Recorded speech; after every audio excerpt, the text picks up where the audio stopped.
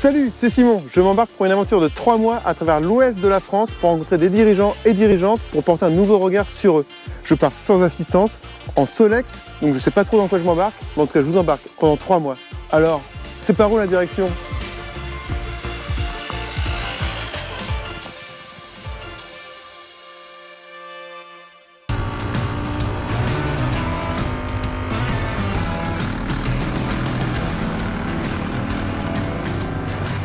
Et c'est parti pour une nouvelle rencontre. Aujourd'hui, je suis encore sous le soleil et toujours en Bretagne pour rencontrer Daniel, le PDG de Ecomiam. Bonjour Simon, bienvenue chez Ecomiam.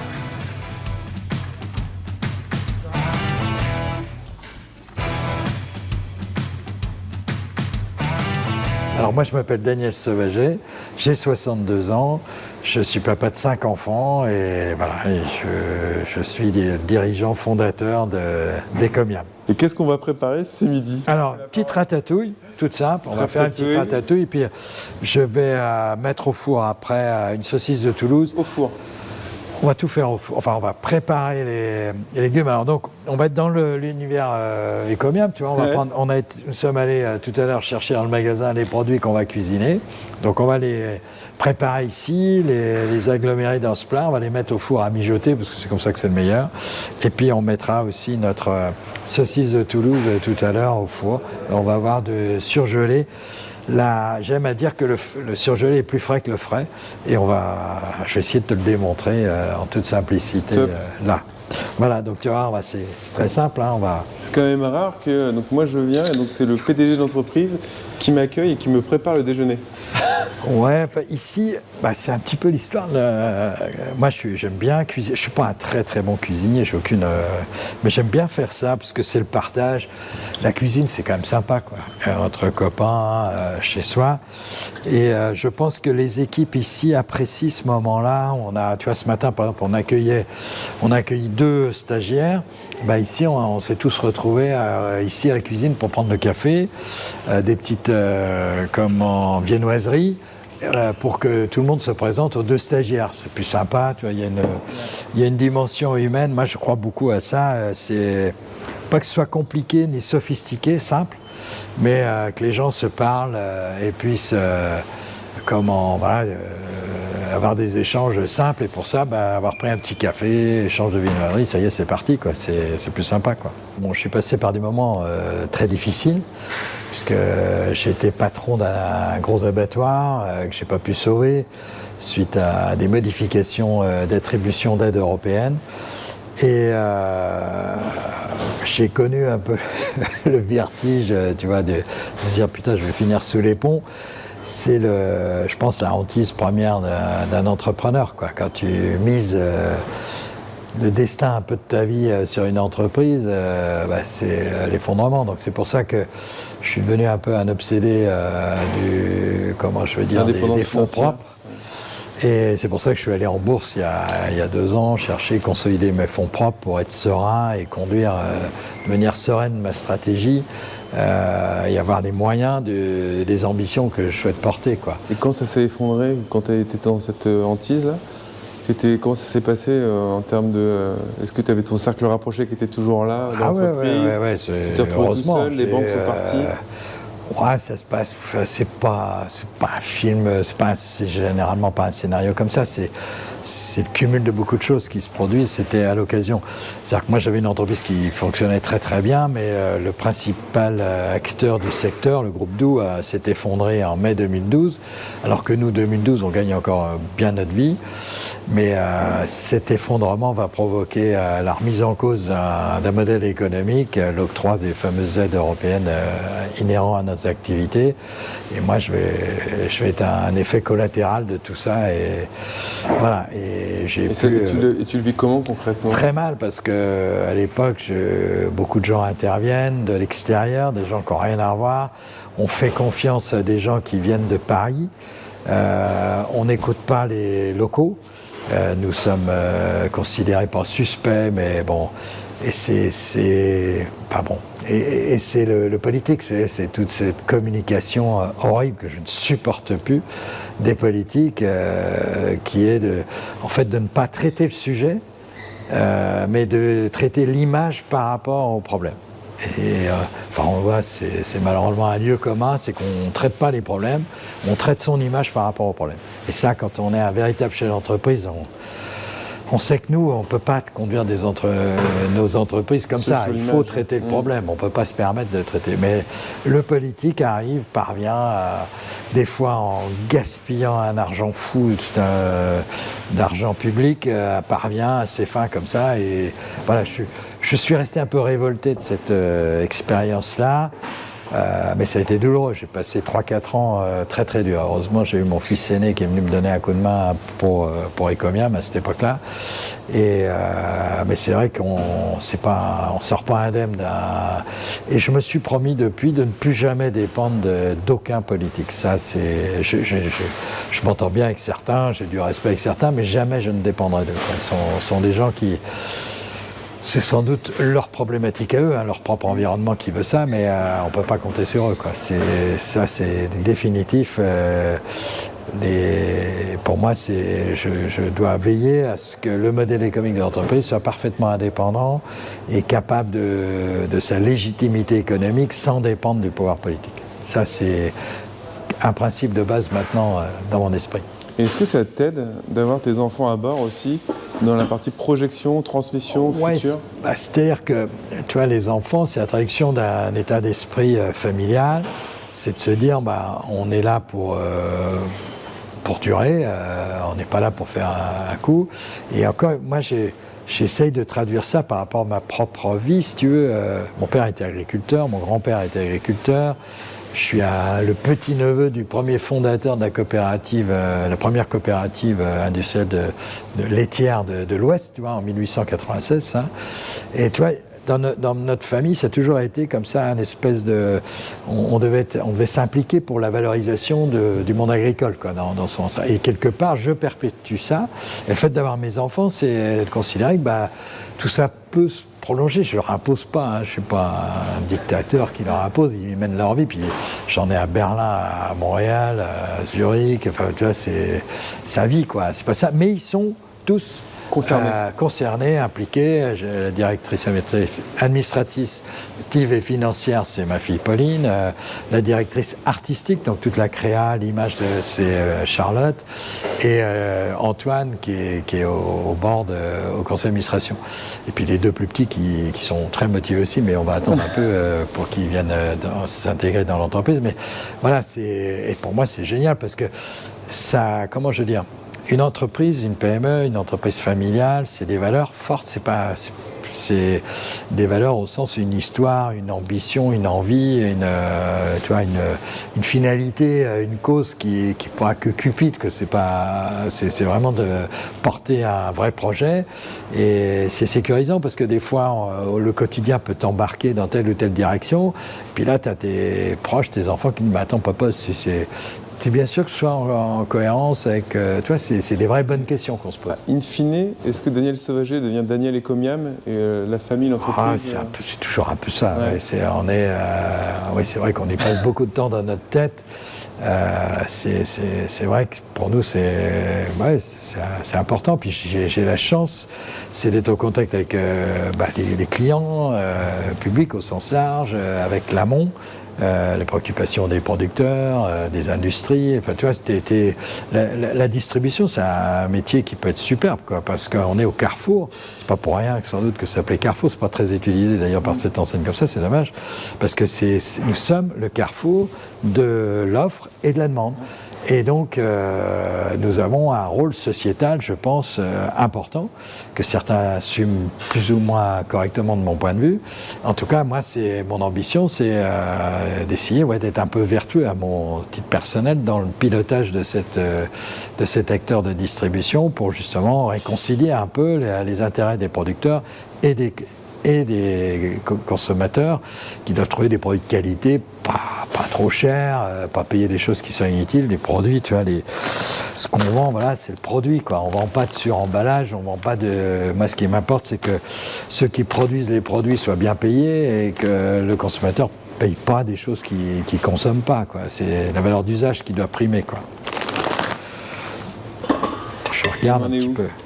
Tu vois, ça fond gentiment. Ça sent bon, en tout cas. Ouais, ça va progresser gentiment. Donc on va faire fondre un petit peu tous ces produits que tu vois, je mets directement surgelés dedans. Je vais les faire fondre, je les mets dedans. Et puis après on va mettre au four, puis pop, ça va mijoter. Voilà, c'est super, c'est tout simple.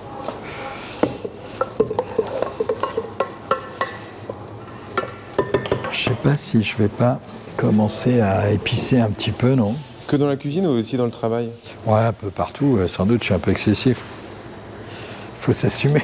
Est-ce que ça, c'est un caractère d'ailleurs assez courant, l'excessivité quand on est entrepreneur chez l'entreprise? Je ne sais pas s'il y a un caractère type pour entrepreneur, mais c'est vrai qu'entrepreneur nécessite d'avoir comment dire, un goût pour les choses un peu hors normes, quoi. C'est se mettre un petit peu en risque, quoi. C'est un peu le trait commun qu'on doit tous avoir, c'est de ne pas être trop conventionnel, quoi. Et donc le risque ne te fait pas peur? Tant que c'est pas le risque financier, si j'ai bien compris. Bah si, enfin le risque financier, si. Quand tu joues en disant que tu vas gagner, tu vois pas le risque comme tout le monde, quoi. C'est la particularité des choses. Après, comment je veux dire, faut pas non plus tu vois, trop grossir la notion de risque. La gestion d'une entreprise, c'est pas du casino. Il y a un marché, il y a des facteurs clés de succès pour réussir sur ce marché, il y a la stratégie que tu déploies pour maîtriser ces facteurs clés de succès, donc pour réussir sur ce marché. Et puis après, tu as l'énergie dans l'exécution. Après, ce qui est intéressant aussi, c'est de voir que quand une entreprise est claire sur ses intentions, c'est plus facile. Et ça, je pense qu'il y a tout un travail de fond qui se fait maintenant dans toutes les entreprises, justement, de se mettre au clair sur leurs intentions, leur intention sur le marché, la rendre plus compréhensible possible pour le consommateur, pour que le consommateur ait envie de travailler avec l'entreprise. Et puis, ça permet aussi d'avoir quelque chose d'un peu stable dans un monde qui bouge. On a découvert, c'est Galilée, je crois, qui découvre que, contrairement à ce qu'on pouvait imaginer, les choses tournent, tout tourne. Enfin, on est dans l'immobilité permanente. Si toi, tu ne bouges pas par rapport à moi, c'est qu'on bouge ensemble, mais on bouge en permanence. C'est un mouvement. Le monde est un mouvement. Et on voit bien, il y a même des partis politiques qui s'appellent En Marche. Alors, maintenant, on bouge sans cesse. Le danger de tout ça, c'est qu'on ne sait plus trop pourquoi on bouge, quoi. Pourquoi tu bouges, toi, alors? Moi, justement, c'est pour perpétuer, je pense, l'histoire d'une culture familiale, quoi. Et quand je fais ce que je fais, j'ai le sentiment d'être en cohérence avec ce que m'a légué mon grand-père, mon père. Tu vois, D'ailleurs, parce que si ton grand-père était agriculteur, ton père aussi, ça n'a pas été dur le moment où toi, tu as choisi une autre voie? Notre père, je pense que lui, il n'a pas eu le choix. Il appartenait à une génération où, comme il était le seul fils, il devait reprendre la ferme. Il a trouvé le moyen de son équilibre personnel en s'engageant énormément dans les responsabilités agricoles. Et il a trouvé comme ça son épanouissement. Et je pense qu'il ne voulait pas nous imposer ça. Et donc, ce que j'entends, ce que je vois, que tu as quand même une carrière bien riche d'expérience. Quel conseil ou qu'est-ce qui aujourd'hui tu te rends compte t'a manqué? Ou qu'est-ce que tu aurais peut-être aimé apprendre plus tôt qui t'aurait aidé dans ta construction? Alors je regrette, je passe beaucoup de temps maintenant, ça se voit pas trop, mais je fais du sport 3 fois par semaine, je m'oblige à faire de l'elliptique là tôt le matin. Et à chaque fois, je m'occupe des podcasts sur la philosophie, sur la sociologie. Je pense que quand on est gamin, on ne donne pas suffisamment d'importance à ces matières, la philosophie. Je regrette de ne pas avoir mieux travaillé ma philosophie en terminale, d'avoir été plus assidu à l'enseignement qu'on me proposait sur Aristote. Je me rends compte de tout ça, comme c'est important aujourd'hui, la profondeur, Bachelard, enfin tout ce qu'on étudie dans le programme de terminale. Et je pense que tu vois, les fondamentaux, c'est ce qui régit la vie, quoi, le rapport à la morale, tu vois, ce qui fait qu'on arbitre sa vie de manière morale ou pas. Parce qu'aucune organisation n'a sa morale, c'est pas vrai. La morale, c'est un individu, sa conscience par rapport à des décisions qu'il prend, le bien, le mal, la générosité, les valeurs simples, il y en a 5-6, qui d'ailleurs ont toutes été révélées 500-600 ans avant Jésus-Christ, à plusieurs endroits du globe, par des gens complètement différents, c'est comme dingue, quoi. Et depuis, ça n'a pas trop changé, quoi. Et les entreprises que nous pilotons ont pour morale, en fait, que la morale du dirigeant, quoi. Et si on agit en morale, en conscience, on a un peu plus de chances d'avoir une entreprise qui agit. C'est-à-dire que c'est la somme de la morale de tous les salariés, en fait, qui peut incarner une pseudo-morale au niveau de l'organisation. Je pense que ça, on n'en a pas suffisamment conscience au départ. On est trop sur l'objectif, l'exécution, l'intention. Einstein, tu vois, sur son lit de mort, paraît-il, j'étais pas là, mais paraît-il qu'on lui demande qu'est-ce qu'il regrettait, pareil, qu'est-ce que tu regrettes le plus dans ta vie. Et il aurait dit, j'ai passé ma vie dans la compréhension des phénomènes, alors que le plus important, c'est l'intention. On comprend mieux les choses si on comprend l'intention. Quelle était l'intention? Je pense qu'on ne prend pas suffisamment conscience au départ de l'importance de l'intention. C'est-à-dire que tout devient beaucoup plus fluide dans l'exécution quand on est au clair sur l'intention, quel que soit d'ailleurs le domaine d'activité. Savoir c'est quoi notre intention et l'affiner, passer un peu de temps, bien comprendre ce qui va nous faire agir. Et quelles sont tes limites en fait en tant que chef d'entreprise? Parce que là, vu que tu as vécu le difficile avec ton abattoir avant, que tu as vécu quelque chose de très positif là actuellement avec Ecomiam, que tu te projettes, que tu t'es ouvert à la philosophie, que tu es les pieds sur terre mais en même temps ouverts. Les limites, c'est le temps, parce que le temps passe et ça, on l'oublie, parce que surtout à ton âge, on ne se rend pas compte que le temps va passer. Tu sais qu'en Solex, je me rends compte du temps qui passe. C'est peut-être, tu vois, c'est peut-être la principale, bonne décision que tu as prise. C'est pour ça, c'est effectivement le temps est à la fois long et court, quoi. Court quand une rencontre comme celle-là, et puis long quand tu es sur ton Solex. Je pense qu'aujourd'hui, plus le temps passe, puis on se dit, qu'est-ce que je peux faire d'utile, quoi? Qu'est-ce qui me restera? C'est pas forcément un compte bancaire. Qu'est-ce qui restera, quoi? Qu'est-ce que je lègue d'utile? Et je pense que les limites de tout ça, c'est que ça s'arrêtera, quoi. Ça va s'arrêter à jour, quoi. Et ça ne doit pas être dramatique. Tu auras fait ton temps, tu auras été utile. Moi, c'est ce que je souhaite. Quand je te dis émotion, entreprise, émotion, Daniel, qu'est-ce que... L'émotion, c'est... faut que je me méfie quand je dis ça, parce que ça peut paraître un peu bateau, un peu gadget, mais pour moi, la véritable émotion, c'est le comportement des gens qui travaillent dans l'entreprise, quoi. Ce qui m'importe, c'est de sentir qu'ils sont heureux, quoi. Heureux. Alors, je ne suis pas dupe, les gens viennent travailler ici parce qu'ils ont besoin de travailler, ils ont besoin de trucs, mais au-delà de ça, qu'il y a une espèce quand même minimum de bien-être au travail, pas un bien-être normatif, mais un sincère, émotionnel, quoi. Et je vois les gens, tu vas pas avoir ici, on mange ensemble, enfin, ça pour moi c'est fondamental. L'émotion, c'est pas un jeu, quoi. Il doit y avoir cette sincérité et l'émotion, elle est là. C'est que ça reste à une dimension humaine, quoi. Et ça, c'est une formidable force, quoi, qu'on puisse avoir, quoi. Et c'est l'humain qui va nous permettre de mettre en mouvement dans l'exécution les bons leviers, les bonnes pratiques et la bonne performance, quoi. C'est qu'une histoire d'humain, quoi.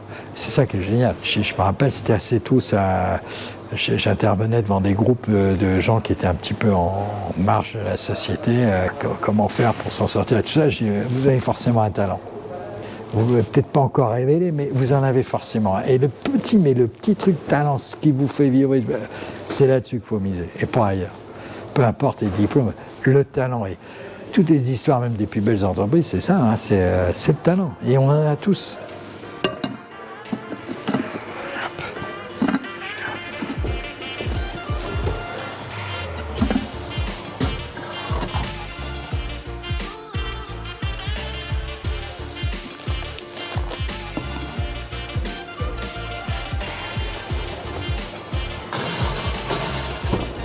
Et voilà. Daniel, avant de partir, j'ai une dernière question pour toi. C'est par où la direction? Où ton cœur te porte, c'est ça la bonne direction.